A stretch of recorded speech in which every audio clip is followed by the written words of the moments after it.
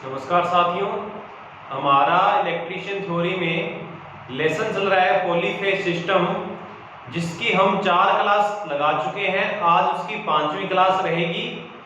पहली क्लास में हमने पॉलीफेज सिस्टम क्या होता है उसके बारे में बेसिक जानकारी ली थी। दूसरी क्लास में हमने स्टार क्रम क्या होता है उसके बारे में विस्तार से पढ़ा था। तीसरी क्लास में हमने डेल्टा क्रम क्या होता है उसके बारे में विस्तार से पढ़ा था। चौथी क्लास में हमने स्टार और डेल्टा में क्या क्या डिफरेंस होते हैं उसके बारे में बहुत विस्तार से पढ़ा था। आज हमारी 5वीं क्लास है, जिसके अंदर हम पढ़ेंगे कि जो पॉलीफेज सिस्टम होता है, और अपने जो भारत की बात करें तो 3 फेज सिस्टम का अधिकतर यूज होता है। तो 3 फेज सिस्टम के अंदर पावर का कैसे हम कैलकुलेशन करेंगे उसके बारे में आज हम चर्चा करेंगे। देखो दोस्तों, मैं आपको पहले ही बता चुका हूं कि पावर होती है अपने एसी के अंदर, उसको 3 रूपों में हम बांटते हैं। Number 1 real power, number 2 apparent power और नंबर 3 रिएक्टिव पावर। इन तीनों पावर के बारे में एक मैंने बहुत बड़ी क्लास लगाई थी और पूरे विस्तार से और एकदम बिल्कुल जीरो लेवल से बताया था कि ये तीनों पावर क्या होती है, तीनों पावर में क्या क्या डिफरेंस होते हैं और तीनों पावर कब कब खपत होती है। अगर आपको वो क्लास देखनी है तो इसी क्लास के डिस्क्रिप्शन में आपको उसका लिंक मिल जाएगा, आप वो भी क्लास देख सकते हो, जिसमें मैंने तीनों एसी की पावर के बारे में पूरे विस्तार से बताया था। तो आज हम जो बात करेंगे 3 फेज सर्किट की, वो ओनली फॉर ट्रू पावर कैसे मेजरमेंट करेंगे एक 3 फेज सर्किट के अंदर, उसकी हम गणना करेंगे। दोस्तों देखो, जैसे मान लो 3 फेज की हमने कोई मोटर चला रखी है, तो मोटर अगर वो लोड ले रही है या लोड ना भी ले, यदि हमने उसको सप्लाई से जोड़ रखा है तो वो कोई ना कोई पावर वेस्ट जरूर करेगी। तो वह मोटर कितनी पावर वेस्ट कर रही है उसके लिए हमें इस टॉपिक के अंदर कुछ विधियां बताई जाएंगी जो आपको समझनी है पूरी ध्यान से। तो आज का टॉपिक हम स्टार्ट करते हैं। टॉपिक का नाम है 3 फेज परिपथ की शक्ति खपत मापना।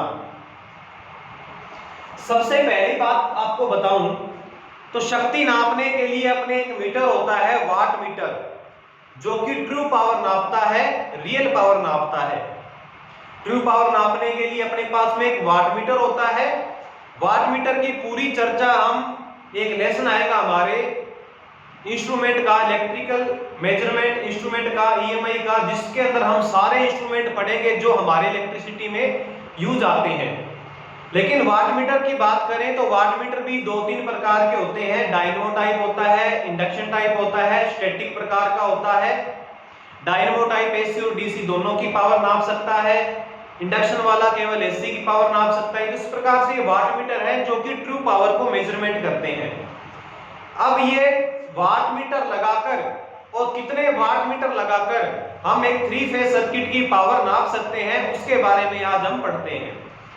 सबसे पहली विधि हम जो पढ़ते हैं पावर नापने की, वो पहली विधि हम पढ़ते हैं 1 वाट मीटर विधि, single watt meter, 1 watt meter विधि।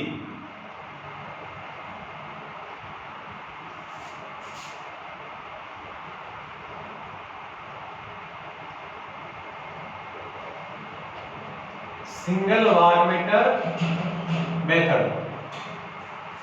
तो दोस्तों आप नाम से बिल्कुल स्पष्ट समझ गए होंगे कि 1 वाट मीटर का मतलब ये बना कि हमारा जो 3 फेज का जो लोड है उसको नापने के लिए केवल और केवल 1 वाट मीटर ही उपयोग किया गया है।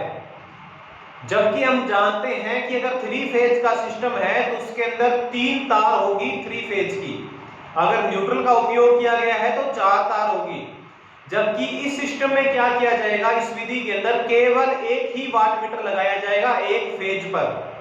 हमारे पास 3 फेज है परंतु एक फेज पर एक ही वाट मीटर लगाया जाएगा और उससे हम तीनों फेज की पावर नाप लेंगे कि तीनों फेज में कितनी पावर लॉस हो रही है। कैसे नापते हैं उसके लिए हम क्या करेंगे दोस्तों कि एक कोई स्टार क्रम है, जैसे मान लो कोई मोटर है या कोई भी लोड है, ट्रांसफार्मर है या 3 फेज का कोई भी लोड है, मान लिया वो स्टार क्रम के अंदर है। ये जो 1 वाट मीटर जो विधि है ये स्टार क्रम के लिए उपयोगी है, क्योंकि इस विधि का उपयोग तभी किया जाएगा जब हमारा लोड होना चाहिए बैलेंस। ये सबसे इंपॉर्टेंट विशेषता इसकी आती है कि ये जो विधि है ये ओनली फॉर बैलेंस्ड लोड के लिए उपयोग में आएगी। और स्टार क्रम में हम क्या काम करते हैं कि जो न्यूट्रल पॉइंट होता है उसको हम ग्राउंड कर देते हैं, जिससे क्या होता है कि हमारा जो सिस्टम है वो बैलेंस हो जाता है। किस प्रकार से न्यूट्रल को ग्राउंड करने से बैलेंस्ड हो जाता है, तो उसके बारे में हम स्टार क्रम की सेकंड क्लास में पढ़ चुके हैं कि न्यूट्रल को ग्राउंड क्यों करते हैं स्टार क्रम में, और ग्राउंड करने से किस प्रकार से अनबैलेंसिंग लोड बैलेंस हो जाता है, और अनबैलेंसिंग करंट ज्ञात करने का फार्मूला भी हमने उस क्लास में पढ़ा था। काफी इंपॉर्टेंट क्लास थी वो। तो एक बात आपको समझ में आ जानी चाहिए कि ये जो विधि है ये केवल बैलेंस लोड के लिए है। बैलेंस लोड का मतलब ये बनता है कि हमारे जो 3 फेज आ रहे हैं सप्लाई के, उन तीनों फेज में करंट का जो मान है वो तीनों फेज में बराबर है, एक जितना ही है। करंट कोई भी चेंज नहीं हो रही, जितना पहले फेज में करंट उसके बराबर ही सेकंड फेज में करंट है। ये मान लो आर फेज, ये वाई फेज और ये बी फेज। तो तीनों में जो करंट का मान है वो बिल्कुल बराबर है, उसे हम बोलते हैं बैलेंस लोड। जब हमारा लोड बैलेंस होगा तो तभी तीनों फेज में करंट का मान बराबर चलेगा और तभी ये विधि उपयोग में आएगी। अन्यथा अगर अनबैलेंस लोड है तो ये विधि फिर उपयोग में नहीं आने वाली। इसमें क्या काम करेंगे दोस्तों कि वाट मीटर को एक फेज में लगा देंगे, किसी भी एक फेज में वाट मीटर लगा देंगे। या वाट मीटर की थोड़ी सी आपको बेसिक जानकारी बताऊं तो वाट मीटर में क्या होता है, 2 कॉइल होती है। एक कॉइल होती है जिसे हम बोलते हैं करंट कॉइल या फिक्स्ड कॉइल, जो फिक्स रहती है, गति नहीं करती। एक होती है प्रेशर कॉइल या मूविंग कॉइल, जो कि मूव करती है। करंट जो कॉइल होती है वो लाइन के सीरीज में, और प्रेशर जो कॉइल होती है वो लाइन के समांतर में लगती है। करंट कॉइल करंट का मेजरमेंट करेगी, प्रेशर कॉइल वोल्टेज का मेजरमेंट करेगी। दोनों में मैग्नेटिक फील्ड बनेगा, दोनों में करंट के अनुसार मैग्नेटिक फील्ड बनेगा, और प्रेशर कॉइल एक दिशा में अपना मान बता देगी और वह मान हमारा कितना वाट है उसको इंगित करेगा। तो जो प्रेशर कॉइल है वो लगेगी पैरेलल क्रम में, करंट कॉइल लगेगी श्रेणी क्रम में। अब इतना बात हमें ध्यान में होनी चाहिए कि प्रेशर कॉइल पैरेलल क्रम में लग रही है, इसका मतलब ये बनता है कि जो भी वोल्टेज है वो सारी की सारी वोल्टेज प्रेशर कॉइल पे बिल्कुल बराबर आएगी, क्योंकि पैरेलल में अगर कोई लोड लगाते हैं तो सप्लाई स्रोत के बिल्कुल बराबर उसमें वोल्टेज आती है। तो प्रेशर कॉइल पे उतनी ही वोल्टेज आएगी जितनी एक वाइंडिंग में वोल्टेज है। अगर एक वाइंडिंग के बीच में लगाएंगे तो एक वाइंडिंग पर जितनी वोल्टेज है उतनी वोल्टेज प्रेशर कॉइल पे आएगी। अगर 2 लाइनों के बीच में लगाएंगे तो जो लाइन वोल्टेज है उसके बराबर प्रेशर कॉइल पे वोल्टेज आएगी। तो प्रेशर कॉइल एक ऐसी होनी चाहिए जिसमें क्या हो, वो खराब ना हो जाए, क्योंकि पूरी की पूरी वोल्टेज उसको सहन करनी पड़ेगी। सहन करने का मतलब ये बना कि प्रेशर जो कॉइल है उसमें इतना रेजिस्टेंस होना चाहिए कि वो उस वोल्टेज को सहन करके अपने अंदर जो करंट चलाती है उस करंट से खराब ना हो जाए। मान लो प्रेशर कॉइल है, उसमें 1 ओम का रेजिस्टेंस है, ओनली फॉर 1 ओम का रेजिस्टेंस है। उसे हमने लाइन वोल्टेज दे दी मान लो 400 वोल्ट, तो उसमें धारा चलेगी लगभग 400 एंपियर। तो प्रेशर कॉइल 400 एंपियर धारा नहीं सहन कर सकती। इसलिए क्या होता है, धारा को कम करने के लिए प्रेशर कॉइल में इस प्रकार से बनावट तैयार की जाती है कि प्रेशर कॉइल हाई रेजिस्टेंस वाली हो। हाई रेजिस्टेंस वाली होगी तो वो उतनी वोल्टेज को सहन कर सकती है, क्योंकि अगर वोल्टेज 400 है और प्रेशर कॉइल का रेजिस्टेंस भी हमने 400 ओम कर दिया तो मात्र करंट चलेगी 1 एंपियर, जिससे प्रेशर कॉइल खराब नहीं होगी। तो प्रेशर कॉइल का दोस्तों याद रखें, जो रेजिस्टेंस होता है वो बहुत हाई होता है, इंडक्टेंस बिल्कुल कम, क्योंकि है तो वो कॉइल ही तो उसमें इंडक्टेंस तो होगा, परंतु उसमें इंडक्टेंस कम होगा, रेजिस्टेंस ज्यादा होगा, क्योंकि उसमें जो वायर है उसकी बहुत पतली वायर होती है और लेंथ उसकी काफी ज्यादा होती है, तो रेजिस्टेंस तो बढ़ जाता है, इंडक्टेंस उसका कम होता है। और जो करंट कॉइल है उसमें क्या होता है, उसको लाइन में से खुद में से करंट चलानी होती है, तो उसको हम हाई रेजिस्टेंस का नहीं बना सकते, वरना सारी वोल्टेज फिर वो करंट कॉइल ही ड्रॉप कर लेगी, उस एक वाइंडिंग पर वोल्टेज आ ही नहीं पाएगी। इसलिए करंट कॉइल का रेजिस्टेंस कम, इंडक्टेंस हाई, और प्रेशर कॉइल का रेजिस्टेंस हाई लेकिन इंडक्टेंस कम रखा जाता है। उसके कारण आप समझ गए होंगे। तो एक होती है करंट कॉइल जो कि एक फेज के अंदर श्रेणी क्रम में लगेगी, ये सीसी करंट कॉइल, जिसके सिरों का नामकरण हम वाट मीटर में ML से दिखाते हैं। एक होती है प्रेशर कॉइल, प्रेशर कॉइल जिसके अंदर टर्नों की संख्या ज्यादा है, जो कि लाइन के बिल्कुल समांतर में लगेगी। आप देख पा रहे हो करंट कॉइल तो है वो हमारी श्रेणी क्रम में है, इसलिए इसमें क्या होगा, R तो होगा कम, क्योंकि R ज्यादा कर दिया तो वोल्टेज ज्यादा ड्रॉप कर, आप जानते हो श्रेणी क्रम में अगर यदि हम कोई चीज लगाते हैं, कोई भी इलेक्ट्रिकल लोड है, तो वोल्टेज ड्रॉप करने लग जाता है वो। अब वोल्टेज ड्रॉप ज्यादा, अगर इसका रेजिस्टेंस कर दिया तो ज्यादा वोल्टेज ड्रॉप करेगा, voltage drop is proportional to resistance, resistance ज्यादा है तो वोल्टेज ड्रॉप ज्यादा होगा, वोल्टेज ड्रॉप ज्यादा होगा तो इस वाइंडिंग पर वोल्टेज आ नहीं पाएगी, तो लोड हमारा काम नहीं करेगा, इसलिए इसका रेजिस्टेंस कम होना चाहिए और इसका इंडक्टेंस L ये हाई होना चाहिए। एक बार दिल्ली मेट्रो के एग्जाम के अंदर, शायद 2016 का एग्जाम था, उसमें पूछा गया था कि डायनेमो टाइप जो वाट मीटर होता है उसमें जो, शायद करंट कॉइल का था या प्रेशर कॉइल का, उतना कंफर्म नहीं है कि उस वाट मीटर में प्रेशर कॉइल की नेचर कैसे होती है। तो प्रेशर कॉइल की बात करें तो प्रेशर कॉइल तो होगा R, इसका होना चाहिए हाई, रेजिस्टेंस इसका हाई और इंडक्टेंस इसका लो। कारण आप जान चुके हो, R हाई होगा तो इसमें जो करंट चलेगी वो कम चलेगी, कम चलेगी तो खराब नहीं होगी वाइंडिंग। तो दो कॉइल होती है वाट मीटर में, करंट कॉइल और प्रेशर कॉइल। करंट कॉइल श्रेणी में, जिसे हम फिक्स कॉइल भी बोलते हैं क्योंकि कोई मूव नहीं करती, प्रेशर कॉइल मूविंग करती है। एक्चुअल में जो पैमाना होता है वो प्रेशर कॉइल पे ही कसा होता है और जो मूव करता है, जो रीडिंग बताता है, वो प्रेशर कॉइल बताती है। तो एक वाट मीटर विधि ये होता है, ये हमारा वाट मीटर हो गया, ये इतना सारा जो है हमारा सिस्टम, ये वाट मीटर है। सिंगल वाट मीटर है, केवल बैलेंस लोड के लिए इसका उपयोग होगा, बैलेंस्ड लोड के लिए इसका उपयोग होगा। और इसकी जो रीडिंग आएगी, क्योंकि ये जो प्रेशर कॉइल एक फेज और एक न्यूट्रल के बीच में लगा है, इसलिए ये फेज वोल्टेज बताएगा। और ये जो ये सीसी है, ये फेज करंट बोल दो चाहे लाइन करंट बोल दो, बराबर ही बताएगी, क्योंकि फेज करंट और लाइन करंट स्टार क्रम में बराबर होता है। तो हमारा जो W1 एक वाट मीटर लगाया, एक ही वाट मीटर लगाया जिसे मैंने W1 नाम दिया,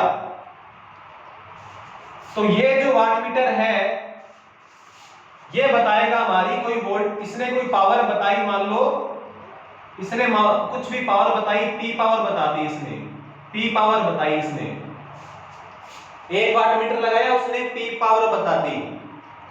तो तीनों फेज की पावर ज्ञात करनी है, वाट मीटर हमने एक ही लगाया तो तीनों फेज की पावर ज्ञात करनी है। तो पावर का सूत्र आप जानते हो, थ्री फेज में 3 Vp Ip cos phi।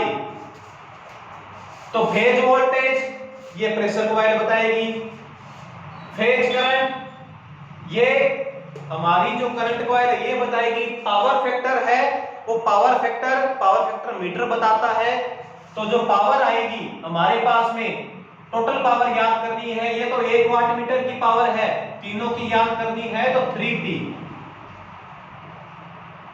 ये हमारे पास में टोटल पावर ज्ञात करने का सूत्र है कि जो एक वाट मीटर जो पावर बता रहा है, सिंगल वाट मीटर जो पावर बता रहा है, उसका आप 3 से मल्टीप्लाई कर दो तो हमारे पास में टोटल पावर आ जाएगी बैलेंस लोड की। दोस्तों फिर से समझे, सिंगल वाट मीटर के अंदर केवल 1 वाट मीटर लगता है और जो वाट मीटर वह रीडिंग बताए उससे 3 का गुणा कर दो, क्योंकि फेज करंट और फेज वोल्टेज और पावर फैक्टर के द्वारा वो 1 वाट मीटर रीडिंग बता रहा है और 3 से गुणा कर देंगे तो तीनों फेज की पावर आ जाएगी। तीनों का जोड़ बोल दो या 3 से मल्टीप्लाई कर दो तो तीनों की वो जो टोटल पावर है उसका मान आ जाएगा। ये है सिंगल वाट मीटर विधि। ओनली फॉर बैलेंस लोड के लिए इसका उपयोग होता है और बैलेंस लोड हमें पता है स्टार क्रम में ही प्राप्त किया जा सकता है। डेल्टा क्रम में बैलेंस लोड प्राप्त करना मुश्किल है, क्योंकि वहां न्यूट्रल नहीं होता और न्यूट्रल नहीं है तो उसको हम ग्राउंड नहीं कर सकते। ग्राउंड नहीं कर सकते तो हमारा लोड बैलेंस होना काफी मुश्किल है। तो स्टार क्रम के अंदर लोड बैलेंस हो सकता है, न्यूट्रल को हम ग्राउंड करके लोड को बैलेंस कर सकते हैं और बैलेंस लोड के लिए ही इसका उपयोग होगा। ये क्वेश्चन आ सकता है कि सिंगल वाट मीटर विधि का उपयोग कौन से लोड के लिए होता है, तो बैलेंस लोड के लिए। तो जितनी भी रीडिंग बताए उसका हम 3 से गुणा कर देंगे तो हमारे पास में टोटल रीडिंग आ जाएगी कि टोटल कितनी पावर खपत हो रही है। तो सिंगल वाट मीटर विधि इतनी ही है।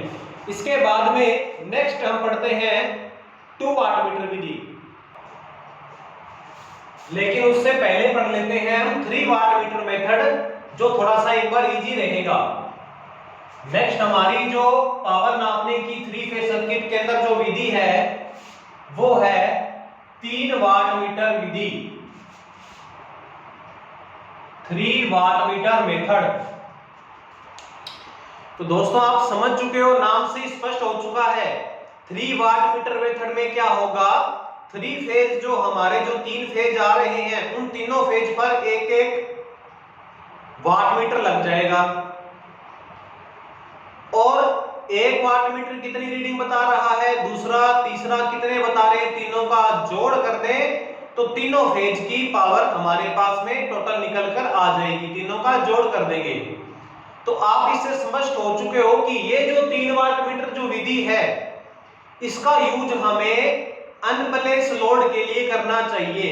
जो असंतुलित भार है, अनबैलेंस लोड है। अनबैलेंस लोड का मतलब तीनों फेज में करंट बराबर नहीं है, इसलिए तीनों फेज में पावर भी बराबर नहीं होगी।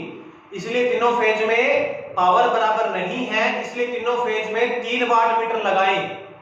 तीनों फेज में 3 वाट मीटर लगा दिए तो जो तीनों वाट मीटर की अलग अलग रीडिंग है सबका जोड़ करो तो टोटल हमारे पास में पावर आ जाएगी। इसका यूज हम बैलेंस लोड के लिए भी कर सकते हैं, परंतु बैलेंस लोड है तब हमें सिंगल वाट मीटर से सारा काम चल सकता है, तो 3 वाट मीटर लगाए क्यों। इसलिए 3 वाट मीटर मेथड का use only for unbalance load के लिए करते हैं, जिसके अंदर लोड का मान सभी फेजों में बराबर नहीं होता। 3 वाट मीटर लगाएंगे, जो जो रीडिंग वाट मीटर बताते हैं उन सब का जोड़ कर दें तो हमें तीनों फेज की जो पावर खपत है टोटल पावर वो निकल कर आ जाएगी। ये बहुत इजी है, 3 वाट मीटर विधि इसी प्रकार से बहुत इजी है।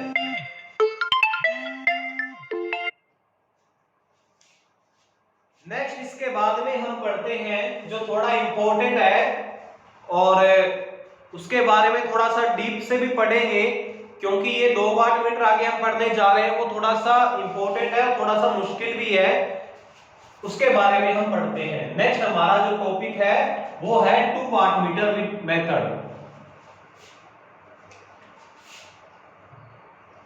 तीसरी विधि है 2 वाट मीटर विधि, 2 वाट मीटर मेथड। अब ये तो बात दोस्तों ध्यान ही रखें कि करंट कॉइल हमेशा लो रेजिस्टेंस वाली होगी और प्रेशर कॉइल हाई रेजिस्टेंस वाली होगी। वो चाहे सिंगल वाट मीटर मेथड है, चाहे डबल है, चाहे 3 वाट मीटर मेथड है, वो सब में बनावट एक जैसी होती है। वाट मीटर तो वही है, जो 1 वाट मीटर है वही दूसरा वाट मीटर है, वही तीसरा वाट मीटर है। तो वाट मीटर की संरचना में कोई चेंज नहीं हो रहा है, वाट मीटर तो वही है। 2 वाट मीटर विधि नाम से स्पष्ट समझ गए आप कि 2 वाट मीटर विधि में क्या होगा कि वाट मीटर कितने लगेंगे, सर्किट के अंदर 2 लगेंगे। अब ये समझने वाली बात है कि 2 वाट मीटर जो विधि है ये कौन से लोड के लिए लगेगी। 1 वाट मीटर विधि बैलेंस लोड के लिए, 3 वाट मीटर विधि अनबैलेंस लोड के लिए, और जो तीसरी हम पढ़ने जा रहे हैं 2 वाट मीटर विधि, ये कौन से लोड के लिए काम में आएगी? तो ये तो चाहे बैलेंस लोड हो चाहे अनबैलेंस लोड हो, दोनों के लिए ये विधि काम में आएगी। लोड अपना बैलेंस हो चाहे अनबैलेंस हो, दोनों के लिए ये विधि काम में आ सकती है। इसलिए कभी कंपटीशन में आपके क्वेश्चन आ जाए कि 2 वाट मीटर विधि का उपयोग कौन से लोड को मेजरमेंट करने के लिए किया जाता है, तो बैलेंस प्लस में अनबैलेंस, दोनों में से चाहे कौन सा भी हो, ये जो वाट मीटर विधि है ये दोनों लोड की पावर खपत नाप सकती है। परंतु समझने वाली बात ये है कि वाट मीटर तो 2 ही है और इसकी जो टोटल पावर आएगी वो P1 प्लस P2 आएगी, P1 प्लस P2 आएगी। अब ये जो 2 वाट मीटर है ये कैसे तीनों फेज की पावर नाप सकते हैं? 2 वाट मीटर लगाए, जबकि दोनों का जोड़ किया, रीडिंग आई उसका दोनों का जोड़ किया, तो तीनों फेज की पावर कैसे पता चल गई हमें? तो उसके बारे में हम जानकारी लेते हैं। तो 2 वाट मीटर विधि हम इस प्रकार से यूज में लेंगे, उसके लिए हमें बैलेंस लोड की आवश्यकता नहीं है, तो न्यूट्रल की कोई आवश्यकता नहीं है, इसलिए इसको डेल्टा में भी यूज में आ सकता है और स्टार में भी इसका यूज कर सकते हैं। जो 3 वाट मीटर मेथड था वो स्टार में भी आ सकता है, डेल्टा में भी यूज में आ सकता है। सिंगल वाट मीटर था वो ओनली फॉर स्टार क्रम के लिए था, और ये भी स्टार और डेल्टा दोनों में से किसी का भी यूज में ले सकते हैं, चाहे हमारा ये जो कनेक्शन है वो स्टार में है मोटर का, चाहे डेल्टा में है। तो इसमें 2 वाट मीटर होंगे। इसमें दोस्तों इस प्रकार से मैं कनेक्शन करता हूं, थोड़ा ध्यान देकर इसको समझें। ये करंट कॉइल है और ये हमारी प्रेशर कॉइल है, ये करंट कॉइल, ये प्रेशर कॉइल, और इसी प्रकार से ये भी इसकी प्रेशर कॉइल है।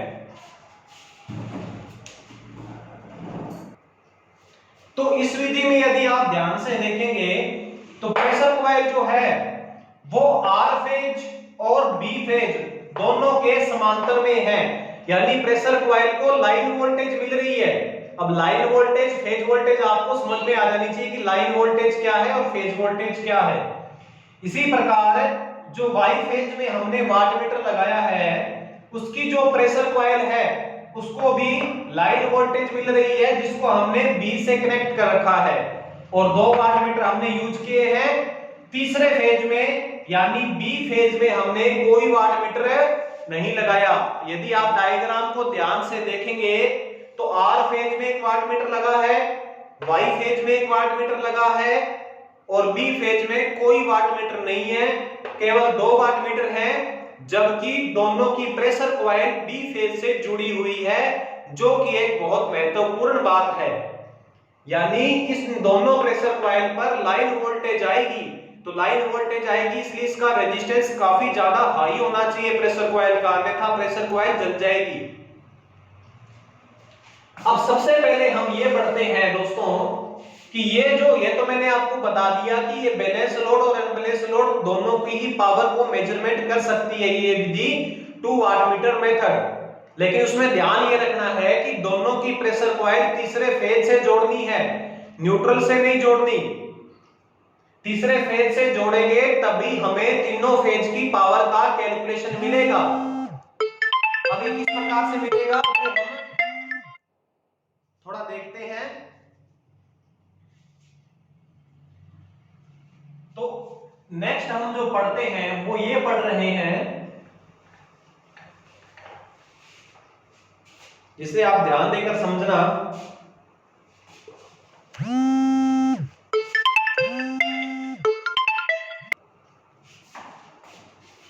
तो अब हम पढ़ते हैं कि 2 वाट मीटर कैसे 3 फेज की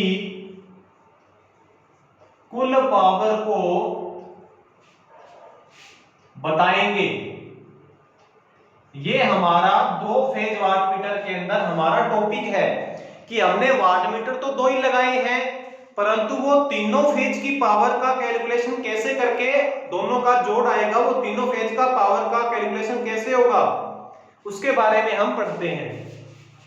तो उसके लिए थोड़ा सा मैं आपको, अगर स्टार है चाहे डेल्टा है वो कोई जरूरी नहीं है, ये है लाइन करंट आई आर, क्योंकि आर फेज में चल रही है, ये आई वाई फेज की करंट, ये लाइन करंट है हमारी बी फेज की। इसी प्रकार से ये जो वोल्टेज है इसे मैं बोल देता हूं वी आर, ये वोल्टेज है वी वाई, और ये जो वोल्टेज है ये है वी बी, जिसे फेज वोल्टेज बोल रहा हूं। ये लाइन करंट थी और ये फेज वोल्टेज है, सॉरी लाइन वोल्टेज है वी वाई, और वी बी को मैंने लाइन वोल्टेज लिया है एक बार। तो अब हम ये पढ़ते हैं कि ये जो हमारे पास में 1 नंबर वाटमीटर लगा है, पहला वाटमीटर 1 नंबर वाटमीटर, 1 नंबर जो वाटमीटर है जो आर फेज के बीच में लगा है, 1 नंबर वाटमीटर पर आने वाली वोल्टेज, 1 नंबर वाटमीटर पर आने वाली वोल्टेज, तो 1 नंबर वाटमीटर पर जो वोल्टेज आएगी तो आप देखोगे कि इस पे जो प्रेशर कॉइल है वो आर और बी फेज के बीच में जुड़ी है, तो इसका जो पोटेंशियल डिफरेंस होगा, या मान लो ये जो 1 नंबर जो वाइंडिंग है, अपने वाटमीटर की एक बार चर्चा करते हैं। तो जो वाटमीटर के अंदर जो प्रेशर कॉइल है वो आर और बी फेज के बीच में है, तो इसमें जो पोटेंशियल डिफरेंस आएगा वो आएगा V R minus V B.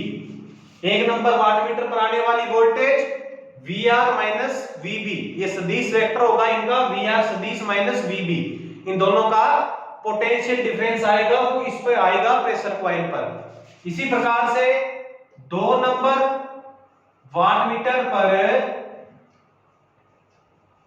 आने वाली वोल्टेज, इसी प्रकार से आप देखोगे तो 2 नंबर वाटमीटर पर कितनी वोल्टेज आएगी, तो प्रेशर कॉइल इसकी Y और B के बीच में है, तो VY minus VB, VY minus VB दोनों का पोटेंशियल डिफरेंस होगा, वही तो एक प्रेशर कॉइल पे आएगा, क्योंकि प्रेशर कॉइल एक तो Y फेज पे है एक B फेज पे है, तो दोनों का जो पोटेंशियल डिफरेंस है वो आ जाएगा प्रेशर कॉइल के ऊपर।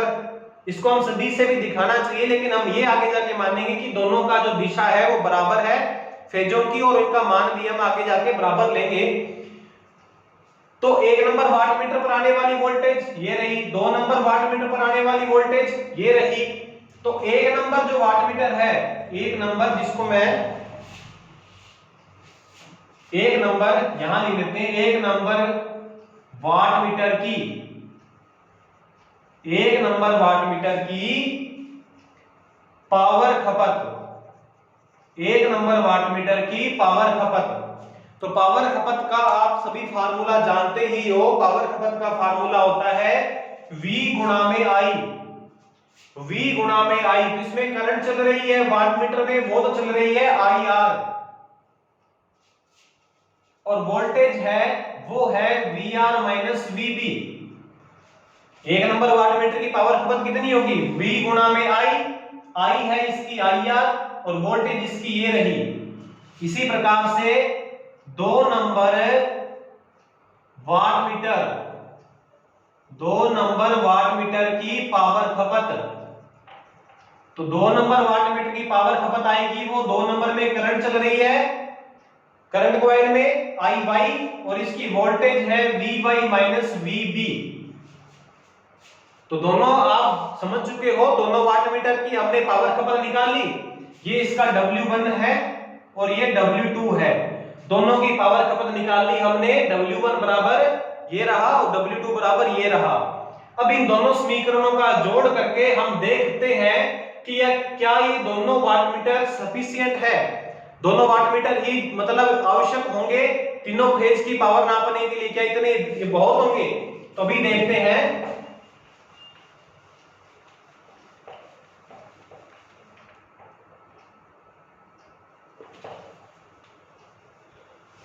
तो दोनों वाटमीटर का हम जोड़ कर देते हैं, W1 प्लस W2 करते हैं, W1 प्लस W2। क्या ये दोनों वाटमीटर तीनों फेज की पावर बता देंगे? उसके लिए हम जोड़ करते हैं IR VR minus VB plus IY VY minus VB।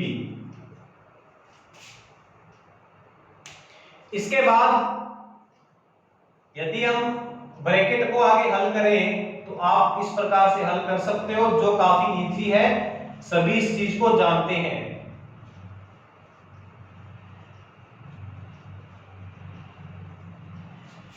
अब मेरे पास में VB और VB ये दोनों मेरे पास में है, तो मैं इन दोनों में क्या काम करता हूं, VB कॉमन ले लेता हूं। ये IY VY पढ़ा रहने देते हैं, इन दोनों में से मैं माइनस VB कॉमन ले लेता हूं, क्योंकि माइनस का निशान दोनों में है, तो मेरे पास बचेगा IR प्लस IY। क्योंकि माइनस कॉमन ले चुका हूं तो प्लस का निशान आएगा, ये तो कॉमन लेना तो बहुत इजी बात है। अब दोस्तों एक बात बताते हैं और एक बात सीखते हैं, जो मैं आपको बता भी चुका हूं थ्री फेज सर्किट के अंदर, कि थ्री फेज सर्किट के अंदर जो हमारी जो इंस्टेंटेनियस जो पावर होती है या तत्क्षणिक जो वोल्टेज होती है तीनों फेजों की, या तत्क्षणिक जो करंट होती है, वो क्या होती है, उन सभी करंट का जोड़ शून्य होता है। ये हम शायद एक नंबर क्लास में ही कर चुके हैं कि तीनों फेज की जो इंस्टेंटेनियस वैल्यू होती है करंट की, उनका जो जोड़ होता है वो शून्य होता है, जिसको हमने पूरा एक डेरिवेशन करके सीखा था, जिसमें हमने पढ़ा था कि इंस्टेंटेनियस जो वैल्यू होती है वो Im sin ओमेगा t होती है, दूसरे फेज की Im sin omega t plus 120 degree, तीसरे फेज की Im sin omega t minus 120 degree. इन तीनों का जोड़ किया तो हमें मान प्राप्त हुआ शून्य। तीनों फेज का जो लाइन करंट है उनका जो जोड़ है, लाइन करंट का इंस्टेंटेनियस वैल्यू का जो जोड़ है वो है शून्य। मेरा कहने का मतलब IR plus IY plus IB इन तीनों का जोड़ शून्य होता है। तीनों करंट का जो जोड़ है, ये मैंने जो लिया है ये इंस्टेंटेनियस करंट है, तीनों का जोड़ होगा वो शून्य होगा। इसका हमने पूरा एक डेरिवेशन किया था, कंफर्म याद नहीं है, एक नंबर क्लास या 2 नंबर क्लास में हमने इसको कर लिया था। तो इसमें से अगर मैं IR प्लस IY की वैल्यू निकालूं, IR प्लस IY की वैल्यू निकालूं, तो मेरे को पता चलता है IB इधर जाकर चला जाएगा माइनस में, तो IB हो गया माइनस में, यानी IR प्लस IY की वैल्यू है वो माइनस IB है। तो मैं इसकी जगह है IR प्लस IY की जो वैल्यू है वो मैं यहां पुट कर देता हूं, तो IR VR IY VY minus VB, और यहां मेरे पास में आ गया IR प्लस IY का मान आ गया मेरे पास में minus IB। Minus into minus क्या होता है, सभी जानते हैं, IR VR IY VY minus into minus plus IB VB। तो दोस्तों ये जो करंट इंटू वोल्टेज, पहले फेज की करंट पहले फेज की वोल्टेज, ये पहले फेज की पावर आ गई, power V into I, IY VY ये दूसरे फेज की पावर आ गई, IB गुणा VB ये तीसरे फेज की पावर आ गई। तो आपने देखा कि W1 प्लस W2 किया तो हमें तीनों फेज की पावर खपत का पता चल गया। यानी कि एक थ्री फेज सिस्टम के अंदर लोड चाहे बैलेंस्ड है चाहे अनबैलेंस्ड है, उसके लिए 2 वाटमीटर सफिशिएंट है। 2 वाटमीटर से ही हम तीनों फेज की पावर नाप सकते हैं। बाकायदा मैंने आपको इसका डेरिवेशन करके भी बता दिया कि 2 वाटमीटर ही तीनों फेज की पावर नाप देंगे, P1 plus P2 plus P3 तीनों फेज की जो पावर है वो 2 वाटमीटर ही बता देंगे। तो ये जो हमने टॉपिक लिया था कि 2 वाटमीटर कैसे थ्री फेज की कुल पावर को बताएंगे, तो आप इसको थोड़ा नोट भी करके याद कर लें। ये इंपॉर्टेंट है कि 2 वाटमीटर कैसे थ्री फेज की पावर को, टोटल पावर को कैलकुलेट करके बताएंगे। तो इसके बाद दोस्तों हम नेक्स्ट पढ़ते हैं, कुछ वेक्टर ग्राफ पढ़ते हैं क्योंकि हम ये चाह रहे हैं कि 2 वाट मीटर मेथड के अंदर हम कोई पॉइंट छोड़े ना। तो 2 वाट मीटर के अंदर हम कुछ एक्स्ट्रा से कुछ और बातें करते हैं। उसके लिए हम सबसे पहले ग्राफ बनाते हैं।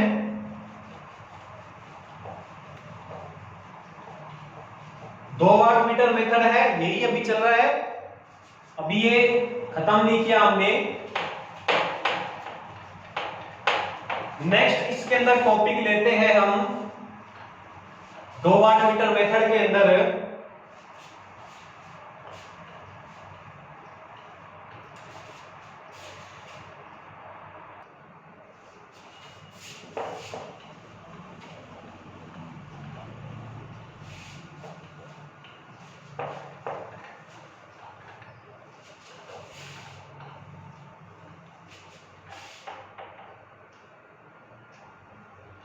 तो इसके बाद हम जो नेक्स्ट टॉपिक पढ़ेंगे वो हम ये पढ़ना चाह रहे हैं कि जो 2 वाट मीटर होता है, जो 2 वाट मीटर विधि है, उसके द्वारा हम पावर फैक्टर भी नाप सकते हैं।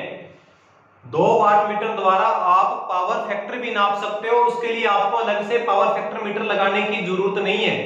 तो 2 वाट मीटर विधि से कैसे पावर फैक्टर नाप सकते हो, तो हम टॉपिक का नाम लिखते हैं हाउ टू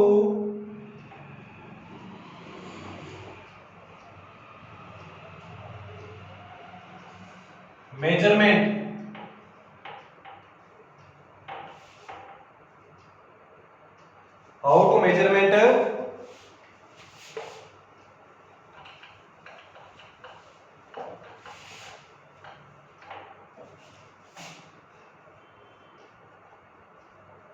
पावर फैक्टर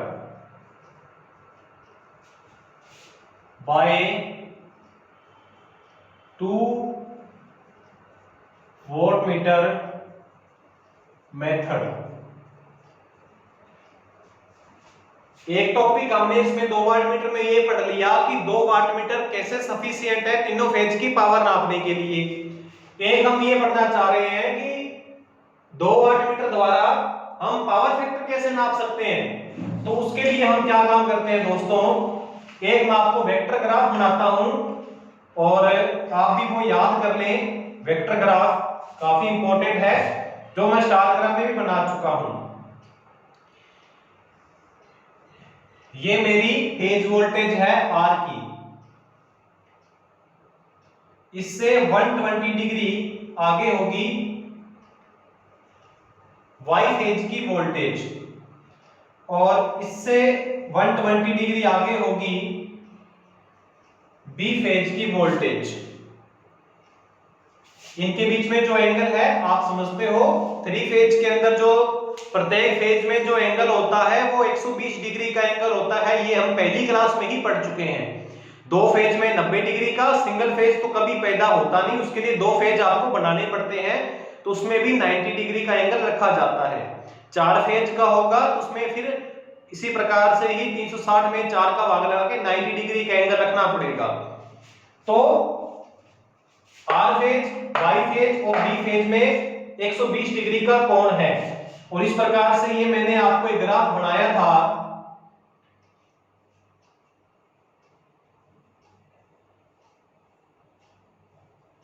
ये -YB है और इस प्रकार से मैंने एक पैरेललोग्राम बनाया था, समांतर चतुर्भुज, और बताया भी था आपको कि ये जो वोल्टेज है इसे हम लाइन वोल्टेज बोलते हैं। जो VR और VB की बीच की वोल्टेज है इसे लाइन वोल्टेज बोलते हैं। मैं एक बार स्टार क्रम लेके चल रहा हूं। स्टार क्रम में क्या होगा कि लाइन करंट और फेज करंट बराबर होती है।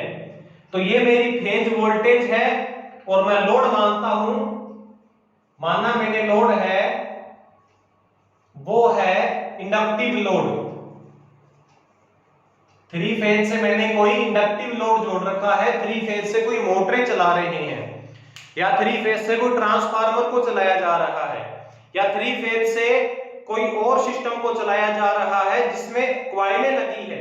तो 3 फेज के अंदर ऐसा सिस्टम है जिसमें कॉइलें लगी हैं तो वो कौन सा लोड है? Inductive load. एक बार हम मानते हैं इंडक्टिव लोड के लिए कैसे हम पावर फैक्टर नाप सकते हैं, क्योंकि पावर फैक्टर का जब नाम आएगा तो इंडक्टिव, कैपेसिटिव, रेजिस्टिव लोड का नाम जरूर आएगा। तो मैंने माना एक बार इंडक्टिव लोड है। तो इंडक्टिव लोड में आप जानते हो कि करंट हमेशा वोल्टेज से पीछे होती है। ये मान लिया मैंने लाइन करंट यहां है, क्योंकि लाइन करंट फेज अपने वोल्टेज से हमेशा पीछे होगी। और माना मैंने ये फाई एंगल है, क्योंकि करंट हमेशा पीछे होती है वोल्टेज से। ये इंडक्टिव लोड की हमेशा खासियत होती है, वोल्टेज से करंट हमेशा पीछे होगी। और आप ये भी जानते हो कि लाइन वोल्टेज और फेज वोल्टेज में जो कोण बनता है, एंगल, वो बनता है 30 डिग्री का। ये बात हम स्टार क्रम की क्लास में पढ़ चुके हैं। ये पूरा मैंने बहुत बड़े विस्तार से बताया था, वहां से आप समझकर इसको समझ लें। बार बार हम करेंगे तो ये क्लास काफी बड़ी हो जाएगी। इसी प्रकार से ये यहां पे करंट है, इससे 120 डिग्री आगे यहां वाई फेज की करंट होगी, यहां वाई फेज की करंट होगी। और लाइन वोल्टेज अगर मैं निकालूंगा इसकी, तो लाइन वोल्टेज इसकी ऐसे निकलेगी,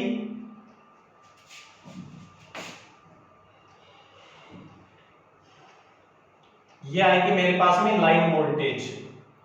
तो आप ये तो जानते ही हो, ये फेज वोल्टेज और लाइन वोल्टेज के बीच में ये जो एंगल है, ये जो एंगल है जिसको मैं यहां शो कर देता हूं, ये एंगल लाइन वोल्टेज और फेज वोल्टेज में एंगल है, वो आप समझते ही हो 30 डिग्री का होगा। लाइन वोल्टेज और फेज वोल्टेज दोनों के बीच में एंगल 30 डिग्री का। और ये जो एंगल है इसको मैं मान लेता हूं फाई, इसको मैं मान लेता हूं एक बार फाई। तो एक बात समझे दोस्तों, थोड़ा सा दोबारा इसको समझें। मैंने क्या क्या लिखा है?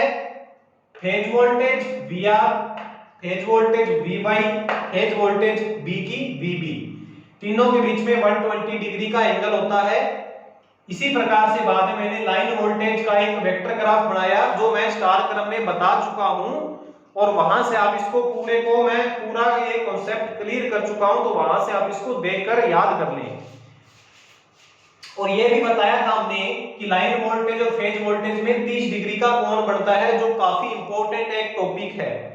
और इसके बारे में कई बार कंपटीशन में आ चुका है कि स्टार क्रम में लाइन वोल्टेज और फेज वोल्टेज में कितनी डिग्री का कोण बनता है। मैंने माना ये मेरी लाइन करंट है, क्योंकि लोड इंडक्टिव है। रेजिस्टिव होता तो लाइन करंट यहीं आ जाती वोल्टेज के ऊपर, परंतु इंडक्टिव है तो करंट इससे फाई एंगल पीछे है। अब मेरे को ये पता करना है कि लाइन वोल्टेज और ये भी लाइन करंट, क्योंकि थ्री फेज का नाम आएगा तो लाइन वोल्टेज और लाइन करंट के बारे में ही काम चलेगा। तो लाइन वोल्टेज और लाइन करंट के बीच में कितने डिग्री का कोण हो गया? लाइन वोल्टेज और लाइन करंट के बीच में कितने डिग्री का हो गया? अगर मैं आर फेज की बात करूं तो लाइन वोल्टेज व लाइन करंट, इसको मैं IR मैं लिखकर लाइन करंट ही लिख देता हूं, क्योंकि एक ही बात है के बीच कितने डिग्री का एंगल हो गया, के बीच कोण हो गया।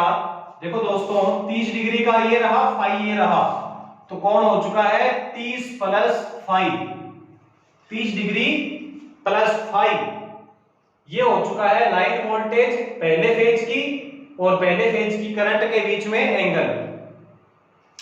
इसी प्रकार से वाई फेज में देखें, और वाई फेज की जो लाइन वोल्टेज इसको 1 दे देते हैं, इसको 2 दे देते हैं। ये देखो, ये रही मेरी लाइन करंट और ये रही लाइन वोल्टेज। आप देखो दोस्तों, ये पूरा तो है 30 डिग्री का और ये एंगल है फाई का, क्योंकि मैंने माना है कि करंट इससे 5 डिग्री पीछे है। तो ये एंगल कितना बच गया हमारा? ये एंगल कितना बच गया? ये एंगल बच चुका है पूरा 30 था, उसमें से फाई ये गया, तो जो इसके बीच में जो कोण बचा है वो कोण बचा है 30 डिग्री माइनस फाई। ये जो कोण बचा है लाइन वोल्टेज और लाइन करंट, मेरे को लाइन वोल्टेज और लाइन करंट के बीच में कोण चाहिए।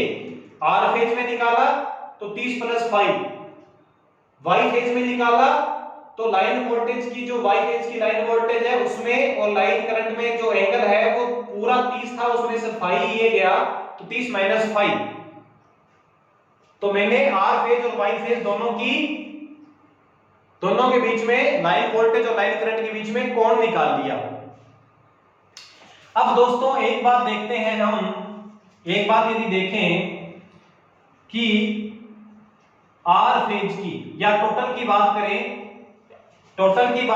तो हमें जो पावर खपत का फार्मूला पता है, थ्री फेज के अंदर पावर खपत का फार्मूला होता है √3 VL IL cos फाई होता है करंट और वोल्टेज के बीच में बड़ा एंगल। तो इसमें पहले में तो एंगल बन रहा है, पहली पावर नापे तो 30 + 5, इसी प्रकार से दूसरे में एंगल बन रहा है √3 VL IL cos 30 - 5, क्योंकि 2 वाटमीटर थे, दोनों के अंदर मैंने एंगल निकाल लिया इंडक्टिव लोड के लिए। अगर कैपेसिटिव लोड होता तो ये करंट यहां से 5 डिग्री आगे होती, तो फिर मेरे पास में लाइन वोल्टेज और लाइन करंट के बीच में जो एंगल निकलता वो 30 - 5 निकलता, और यहां वो करंट यहां निकल कर आती तो मेरे पास में लाइन वोल्टेज और लाइन करंट के बीच में एंगल निकलता वो 30 + 5 निकलता। यानी कैपेसिटिव लोड के लिए जस्ट उल्टा, आर फेज में 30 - 5 और वाई फेज में 30 + 5 होता कैपेसिटिव लोड के लिए। तो हम कैपेसिटिव लोड नहीं करेंगे, हम इंडक्टिव लोड समझकर कैपेसिटिव लोड का डायरेक्ट फार्मूला निकाल लेंगे पावर फैक्टर निकालने का। अब दोनों का जोड़ करें, क्योंकि दोनों का जोड़ करेंगे तभी तो हमारे पास में टोटल पावर आएगी। तो दोनों का जोड़ करते हैं, P1 + P2, दोनों का जोड़ करें P1 + P2, दोनों का जोड़ किया जाए तो √3 VL IL, VL ये 1 था, ये 1 था, ये 2 था, 2 था, लेकिन दोनों की लाइन वोल्टेज दोनों की लाइन करंट मैंने बराबर मान ली, इसलिए मैं इसको VL IL लिख देता हूं सीधा। cos 30 + 5 प्लस ये पहले वाटमीटर की रीडिंग, ये दूसरे वाटमीटर की रीडिंग, √3 VL IL cos 30 - 5। अब आप दोस्तों आप समझ चुके हो, √3 VL IL तो कॉमन आ जाएगा, क्या बचा हमारे पास में cos 30 + 5 प्लस cos 30 - 5। एक फार्मूला होता है ट्रिग्नोमेट्री के अंदर जो आपको याद होना चाहिए, बहुत इंपॉर्टेंट फार्मूला है कि cos A + B plus cos A - B, इसी तरह देखो दोस्तों, इसी तरह cos A + B और A - B, A का मतलब 30 डिग्री और B का मतलब 5 डिग्री। अगर इस प्रकार से कहीं डाटा पड़ा है तो उसको हम ऐसा लिख सकते हैं 2 cos A cos B। ये ट्रिग्नोमेट्री का फार्मूला है जो आपको याद करना है, क्योंकि हमारे कंपटीशन में ट्रिग्नोमेट्री प्रश्नावली भी आती है। ये एक फार्मूला है जिसे आप नोट कर याद कर लें, बहुत इंपॉर्टेंट फार्मूला है ये। और इसी के साथ मैं एक और फार्मूला लिख देता हूं, cos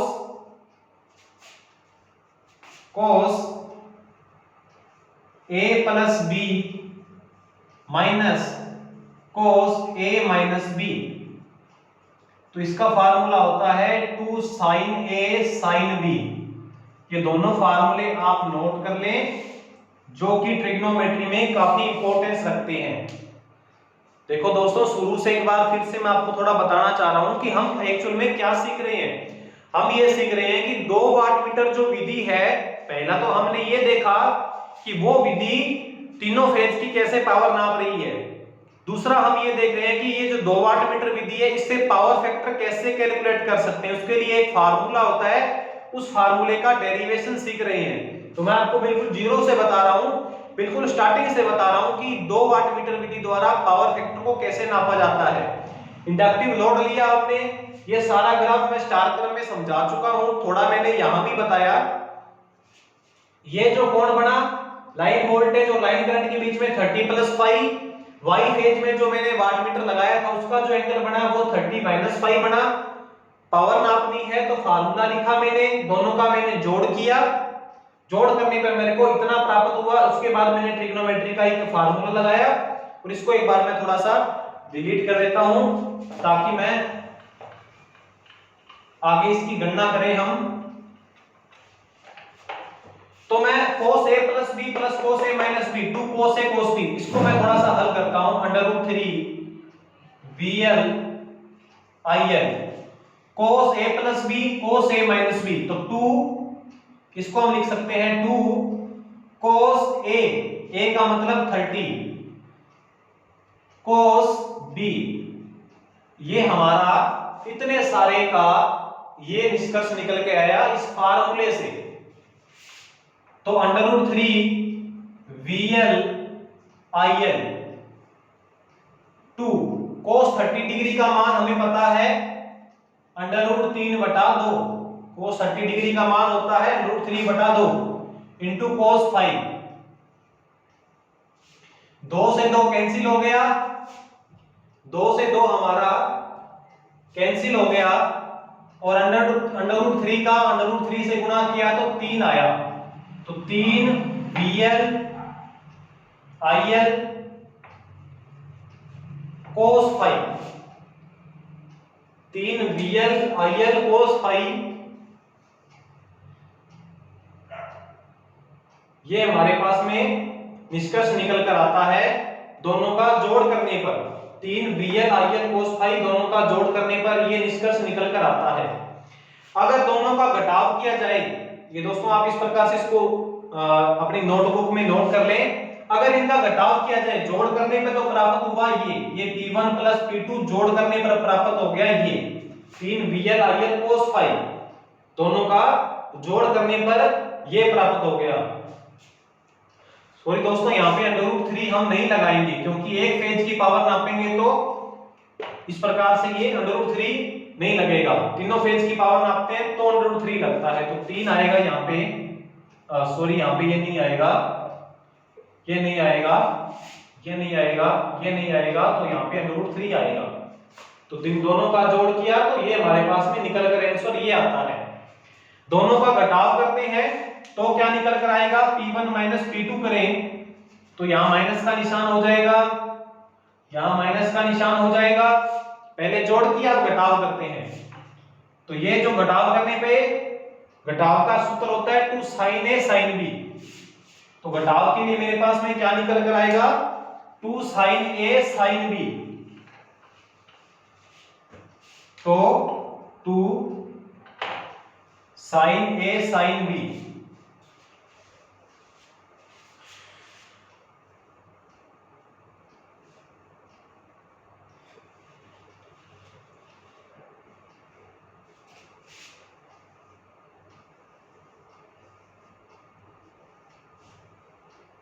VL IL तो था ही 2 sin A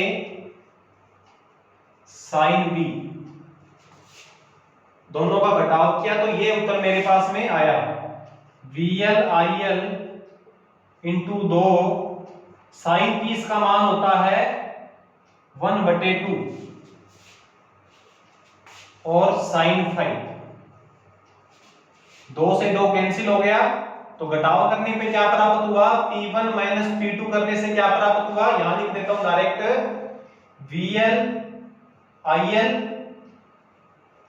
sin 5। जोड़ करने पे तो ये प्राप्त हुआ, घटाव करने पे मेरे पास ये प्राप्त हुआ। तो अब मैं क्या काम करता हूं, ये समीकरण नंबर 1 है, ये समीकरण नंबर 2 है।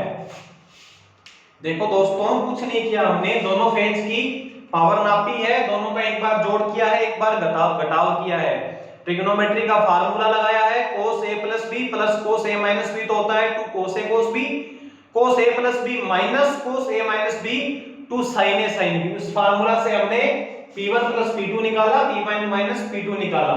अब क्या काम करता हूं दोस्तों मैं, कि मैं 2 नंबर में 1 नंबर का भाग दे देता हूं, 2/1, दोनों समीकरणों में भाग देने से क्या प्राप्त होगा, P1 - P2 बटे P1 प्लस P2 से क्या प्राप्त होता है अभी देखते हैं हम।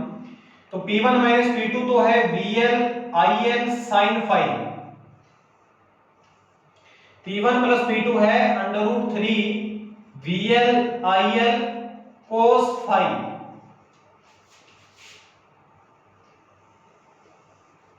VL IL cos phi. VL से VL कैंसिल हुआ, IL से IL कट गया, sin फाइ बटा cos फाइ। sin फाइ बटा cos फाइ होता है, वो होता है tan फाइ। तो 1 बटा √3 tan फाइ, 1 बटा √3 क्योंकि ऊपर 1 रहा नीचे √3 रहा, tan फाइ। तो इसके बाद ये आप साथ साथ में नोट कर लेना। इसके बाद नेक्स्ट जो tan फाइ का फार्मूला यदि निकालने, क्योंकि मेरे को पावर फैक्टर निकालने के लिए फाइ एंगल चाहिए, तो tan फाइ का मान निकालने tan फाइ। तो ये संख्या इसके गुणा में है, इधर जाकर भाग में हो जाएगी। तो tan फाइ बराबर है ये √3 इधर मल्टीप्लाई में आ जाएगा, √3 P1 माइनस P2 बटे P1 प्लस P2। मेरे को यही तो फार्मूला निकालना था, tan फाइ का ये फार्मूला निकालना था, जिसके लिए मैंने इतना सारा सिस्टम आपको बताया कि tan फाइ का ये फार्मूला है। इसका मतलब ये निकलता है दोस्तों, अब आपके समझ में पूरा आ जाएगा कि जैसे मान लो 3 फेज के अंदर 1 वाट मीटर रीडिंग बता रहा है 1000 वाट, दूसरा बता रहा है 500 वाट, दोनों अलग अलग बता रहे हैं, 1000 एक 500। तो 1000 और 500 से आप पावर फैक्टर भी ज्ञात कर सकते हो। रीडिंग बताइए ओनली फॉर, लेकिन उन 1000 और 500 का आप आंकड़ा लेके पावर फैक्टर भी बता सकते हो कि लोड का पावर फैक्टर कितना है, वो इस सूत्र से बता सकते हो। 1000 यहां रखो, 500 यहां रखो, 1000 यहां रखो, 500 यहां रखो, यहां से tan फाइ का मान निकलेगा। फिर आप फाइ का मान निकालना, फाइ का मान निकालने के बाद आप उसका मान cos थीटा वाली सारणी में रख देना, पावर फैक्टर आपके पास निकल कर आ जाएगा। एक एग्जांपल बता देता हूं, जैसे P1 1000 माना और P2 500 माना, एक वाट मीटर में 1000 रीडिंग बताई 1000 वाट, दूसरे ने 500 बताई, तो क्या ये सूत्र पावर फैक्टर बता देगा? 1000 माइनस 500 500, 1000 प्लस 500 1500, डबल जीरो से डबल जीरो कैंसिल, 5 दिए 15। तो √3 3 को हम ऐसा लिख सकते हैं, सब जानते हैं 3 को ऐसा लिख सकते हैं √3 इंटू √3, √3 से √3 फिर कैंसिल हो गया, tan फाइ का मान निकला ऊपर 1 नीचे √3, तो tan फाइ का मान निकला 1 बटे √3। तो 1 बटे √3 tan थीटा की कौन सी मतलब कौन से मान में tan का मान 1 बटा √3 होता है, कौन से डिग्री पर होता है? तो 30 डिग्री पर होता है, सबको पता है 30 डिग्री पर 1 बटे √3 मान होता है tan का। तो फाइ का मान 30 डिग्री आ गया, इस 30 डिग्री का मान cos थीटा वाली सारणी में रखो, cos 30 डिग्री √3 बटा 2। तो देखो दोस्तों, केवल रीडिंग से ही, वाट मीटरों की रीडिंग से ही आपने बता दिया कि पावर फैक्टर कितना है, √3 बटा 2, 0.866 इसका पावर फैक्टर है। आपने केवल रीडिंग से ही बता दिया कि इसका पावर फैक्टर कितना है। तो ये दोस्तों है फार्मूला, जिसको मैंने पूरा डेरिवेट करके बता दिया आपको ये फार्मूला कैसे बना है। ये तो है इंडक्टिव लोड के लिए, जैसे मैंने आपको बताया लोड हम लेके चल रहे थे इंडक्टिव। यदि लोड होगा कैपेसिटिव, इसको आप नोट कर लें कि ये तो है सूत्र ओनली फॉर इंडक्टिव लोड के लिए, ये सूत्र है इंडक्टिव लोड के लिए। अगर है लोड कैपेसिटिव, यदि लोड कैपेसिटिव है तो फार्मूला फिर आएगा निकलकर ये वाला फार्मूला, फिर निकल कर आएगा ये, क्योंकि मैंने आपको बताया कि cos 30 माइनस फाइ पहले फेज का होगा, cos 30 प्लस फाइ दूसरे फेज का होगा, फिर एक बार आप उनका जोड़ करना, एक बार घटाव करना, तो आपको पता चलेगा इंडक्टिव लोड के लिए ये, कैपेसिटिव लोड के लिए ये फार्मूला आएगा। तो आप इसको ध्यान दें, यदि लोड कैपेसिटिव लगा है तो पावर फैक्टर इस सूत्र से ज्ञात करेंगे, और इंडक्टिव लोड लगा है तो इस सूत्र से हम पावर फैक्टर की गणना कर सकते हैं, जैसे मैंने आपको एक एग्जांपल के तौर पे बता दिया। तो 2 वाट मीटर विधि है, किस प्रकार से काम करती है पूरा मैंने आपको डीप तरीके से बताया। यदि आप इस चीज को पहली बार समझ रहे हो दोस्तों तो थोड़ा सा आपको मुश्किल भी लगेगा, परंतु धीरे धीरे आप इसको जब बार बार पढ़ेंगे तो आप इसको याद कर सकते हो, कोई मुश्किल नहीं है। 2 वाट मीटर विधि के अंदर पहला टॉपिक था कि क्या 2 वाट मीटर ही सफिशिएंट है तीनों फेज की पावर नापने के लिए। दूसरा हमने 2 वाट मीटर से पावर फैक्टर कैसे निकाल सकते हैं उसके बारे में सूत्र पढ़ लिए। सूत्र का पूरा डेरिवेशन मैंने आपको बताया, इंडक्टिव का और कैपेसिटिव का। और रेजिस्टिव होगा, और यदि लोड रेजिस्टिव होगा तो फिर PS कैसे पावर फैक्टर ज्ञात करोगे आप। ये तो इंडक्टिव का है, ये कैपेसिटिव का है, रेजिस्टिव लोड तो बच ही गया। तो रेजिस्टिव लोड होगा तो फिर कैसे पावर फैक्टर ज्ञात करोगे आप, उसके लिए क्या फार्मूला होगा ये सोचना और कमेंट बॉक्स में मेरे को बताना। इंडक्टिव लोड का ये फार्मूला, कैपेसिटिव लोड के लिए मैंने P1 प्लस P2 को ऊपर रख दिया, और रेजिस्टिव लोड के लिए पावर फैक्टर का कौन सा सूत्र लगाया जाए वो फार्मूला मेरे को नीचे बताना। तो 2 वाट मीटर विधि हमारी यहां कंप्लीट हो जाती है। इसके बाद में इस एक फार्मूला से हम कुछ बातें याद कर सकते हैं। ये जो हमने जो फार्मूला नोट किया है इस फार्मूला से हम कुछ बातें निकाल सकते हैं जो मैंने आपको बताई कि वाट मीटर से कैसे पावर फैक्टर की गणना कर सकते हैं। तो वो थोड़ा सा हम अभी देख लेते हैं।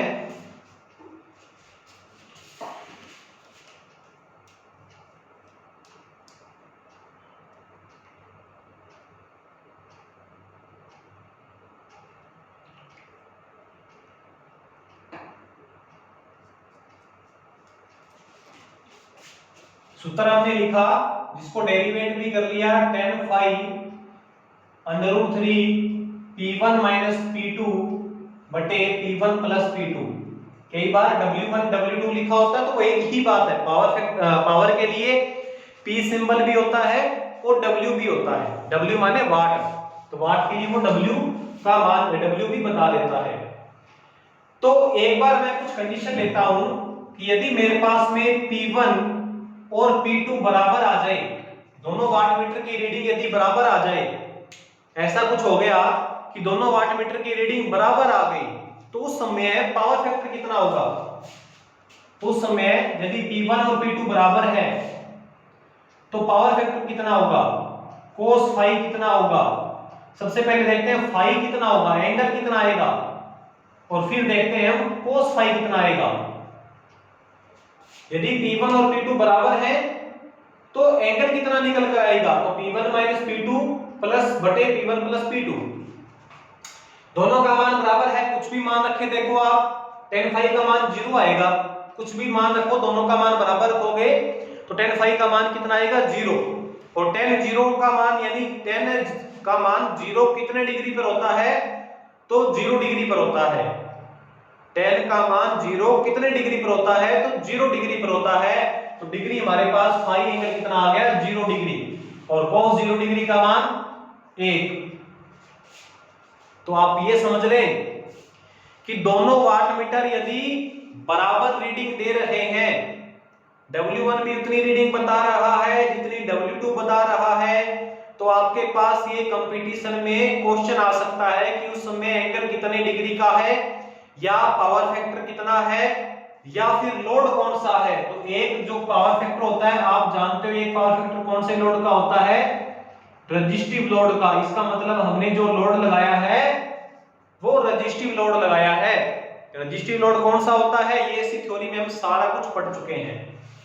तो ये बात आप याद कर ले पूरी, अगर याद नहीं रहती तो ये फार्मूला याद कर ले, इस फार्मूला में आप मान पुट करें जो बताया जाए तो आप समझ जाओगे।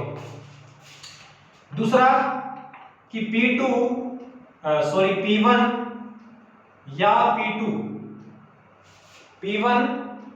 P2 दोनों में से किसी एक का मान 0 है।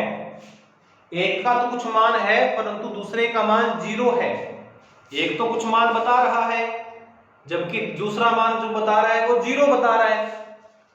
तो उस समय पावर फैक्टर का मान कितना होगा और एंगल कितने होगा, तो आप इसमें कोई मान रख लो। P1 का मान 1000 मानो, P2 का मान 0 मानो।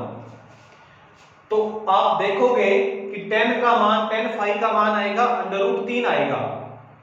1000 - 0 1000 + 0 1000 रहा, ऊपर नीचे 1000 से 1000 कैंसिल, 10 फाई आ गया √3। तो 10 का मान √3 कितने डिग्री पर होता है? 60 डिग्री पर होता है। तो फाई का मान आ गया 60 डिग्री। और cos 60 का मान होता है 1/2, या इसे हम बोल सकते हैं 0.5।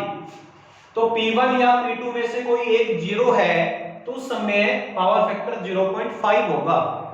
तो आपसे पूछा जाए कभी कि दोनों में से कोई एक वाटमीटर रीडिंग 0 बता रहा है तो उस समय पावर फैक्टर कितना है? 0.5 है। तीसरी बात कि एक वाटमीटर P1 दूसरे की दुगनी रीडिंग बता रहा है।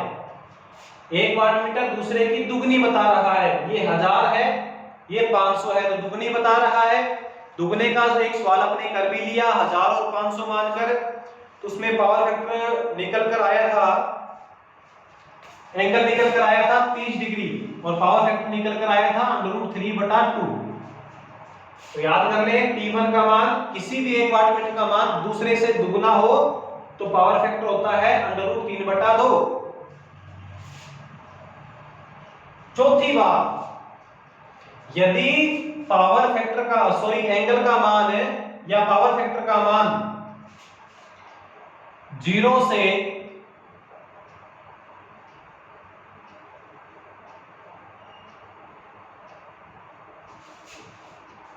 पावर फैक्टर का मान 0 से 0.5 तक,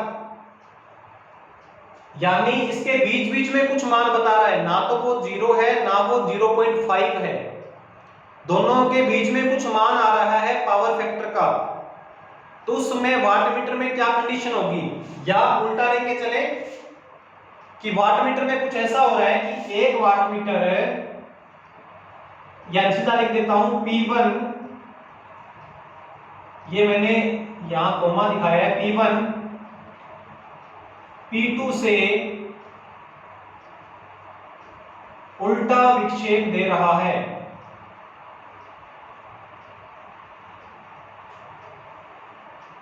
P1 P2 से उल्टा विक्षेप दे रहा है, यानी P1 की जो सुई है वो ऐसे जा रही है और P2 की सुई ऐसे जा रही है, उल्टी रीडिंग जा रही दोनों की।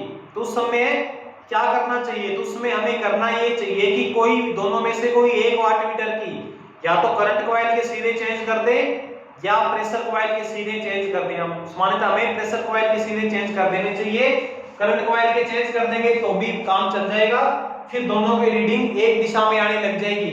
लेकिन कई बार पूछा जाता है कि ऐसा कुछ हो रहा है, एक वाटमीटर दूसरे वाटमीटर से उल्टी विक्षेप दे रहा है, तो उसमें पावर फैक्टर कितना होगा? 0 से 0.5। और एंगल कितने डिग्री का होगा? तो 0 तो होता है 90 डिग्री पर, तो यानी कौन होगा वो 60 डिग्री से लेकर 90 डिग्री तक कुछ भी हो सकता है। कोण का मान है 60 डिग्री से 90 डिग्री तक कुछ भी हो सकता है, ऐसा कुछ होगा तब P1 और P2 आपस में उल्टा विक्षेप देंगे। तो ये ये जो कंडीशन है, इन कंडीशनों को याद कर ले, इंपॉर्टेंट है। शायद कभी एग्जाम में आ जाए कि P1 और P2 बराबर है तो उस समय एंगल का मान कितना है? 0 डिग्री, पावर फैक्टर कितना है, रेजिस्टिव लोड है कि नहीं है, ये बातें आपको याद करनी है। तो आज आपने क्या किया है, थोड़ा सा एक बार फिर से मैं थोड़ा रिवाइज करवा देता हूं आपको। सबसे पहले हमने पढ़ा एक वाटमीटर विधि, 3 फेज के अंदर पावर नापनी है, सिंगल फेज में नापनी है, तो सिंगल फेज के लिए तो 1 वाटमीटर ही लगेगा, 2 वाटमीटर 3 वाटमीटर का मतलब ही नहीं रहता। फेज एक है, 3 फेज है, उसमें हम 1 वाटमीटर यूज भी कर सकते हैं, 2 वाटमीटर भी यूज कर सकते हैं, 3 वाटमीटर भी यूज कर सकते हैं। वो डिपेंड करता है लोड कौन से प्रकार का है। लोड यदि बैलेंस है तो 1 वाटमीटर से काम चल जाएगा, ओनली फॉर स्टार कनेक्शन के लिए। जितनी वो रीडिंग बताए उसका 3 से मल्टीप्लाई कर दें तो आपको पता चल जाएगा कि तीनों फेज की कितनी पावर है। एक था 3 वाटमीटर विधि, जिसके अंदर हमने पढ़ा तीनों अलग अलग वाटमीटर लगे होंगे, तीनों का जो जोड़ होगा वो कुल पावर को इंगित करेगा। स्टार में भी लगा सकते हो, डेल्टा में भी लगा सकते हो, लोड बैलेंस है तो भी लगा सकते हो, अनबैलेंस है तो भी लगा सकते हो, परंतु स्पेशली ये अनबैलेंस के लिए ही होता है 3 वाट मीटर। बैलेंस है तो फिर तो 1 वाट मीटर से काम चल ही रहा है, 2 वाट मीटर एक्स्ट्रा से क्यों लगाएं। और उसके बाद होता है तीसरी विधि 2 वाट मीटर विधि, जो इंपॉर्टेंट है। ये लोड अनबैलेंस है चाहे बैलेंस है, दोनों के लिए ये काम में आने वाली है। और मैंने आपको पहले पॉइंट में ये समझाया कि जो 2 वाट मीटर है ये तीनों फेजों की पावर कैसे नाप रहा है। भाई वाट मीटर हमने लगाए 2, फेज हमारे पास में है 3, तो 2 वाट मीटर ही तीनों फेज की पावर नापने के लिए सफिशिएंट क्यों है, उसके लिए मैंने आपको पूरा डेरिवेशन करके बताया कि किस प्रकार से 2 वाट मीटर द्वारा ही हम तीनों फेज की पावर नाप सकते हैं। दूसरा पॉइंट मैंने आपको 2 वाट मीटर में यह समझाया, पूरा डेरिवेट करके भी बताया कि 2 वाट मीटर से हम पावर फैक्टर का जो कोण होता है फाई एंगल, वो कैसे ज्ञात कर सकते हैं, जिसमें हमने इस उत्तर को डेरिवेट किया। ये है इंडक्टिव लोड के लिए। कैपेसिटिव लोड के लिए P1 प्लस P2 यहां आएगा और P1 माइनस P2 यहां आएगा। इसको भी मैंने आपको पूरा डेरिवेट करके बताया। थोड़ा सा आपको मुश्किल ये लग सकता है, लेकिन एक दो बार दोबारा वीडियो को दोबारा देखोगे तो आपको ये समझ में जरूर आएगा और इससे आपको काफी कुछ सीखने को भी मिलेगा। तो दोस्तों, ये जो हमने लेसन स्टार्ट किया था पॉलीफेज सिस्टम, इसकी आज ये अंतिम क्लास थी और अंतिम क्लास के अंदर हमने 3 फेज का सिस्टम का पावर नापने की सारी विधियां पढ़ ली हैं और ये लेसन यहाँ समाप्त हो जाता है। इसके बाद नेक्स्ट जो लेसन करेंगे हम, वो लेसन करेंगे अल्टरनेटर लेसन, जो कि बहुत इंपॉर्टेंट लेसन है हमारे इलेक्ट्रिशियन थ्योरी का। अल्टरनेटर क्या काम करता है, किस सिद्धांत पर काम करता है, कितने प्रकार के अल्टरनेटर होते हैं और अल्टरनेटर किस प्रकार से एसी का जनरेशन करेगा। बहुत कुछ बातें हैं अल्टरनेटर के अंदर पढ़ने वाली। इंडक्टिव लोड लगा दें तो किस प्रकार से अल्टरनेटर बिहेव करेगा, कैपेसिटिव लगा दे तो किस प्रकार से बिहेव करेगा, रेजिस्टिव लोड लगा दे तो किस प्रकार से बिहेव करेगा, ये सारा कुछ हम उस लेसन में पढ़ेंगे। तो नेक्स्ट क्लास हमारी अल्टरनेटर की रहेगी। आज की क्लास हम ये समाप्त करते हैं और इस लेसन को हमने खत्म कर दिया है पॉलीफेज सिस्टम, जिसकी हमने 5 क्लास लगा ली। उम्मीद करता हूं ये 5 क्लास में आपको इस लेसन में कोई कंफ्यूजन नहीं रही होगी। अगर फिर भी है तो ये मेरे व्हाट्सएप कॉन्टैक्ट नंबर है, जिन पे आप कभी भी कोई भी इलेक्ट्रिकल का क्वेश्चन पूछ सकते हो। इस लेसन से हो चाहे इस लेसन के अलावा कुछ भी हो, इस नंबर पर आप व्हाट्सएप करके मेरे से पूछ सकते हो। तो आज की क्लास यहीं समाप्त करते हैं दोस्तों, धन्यवाद।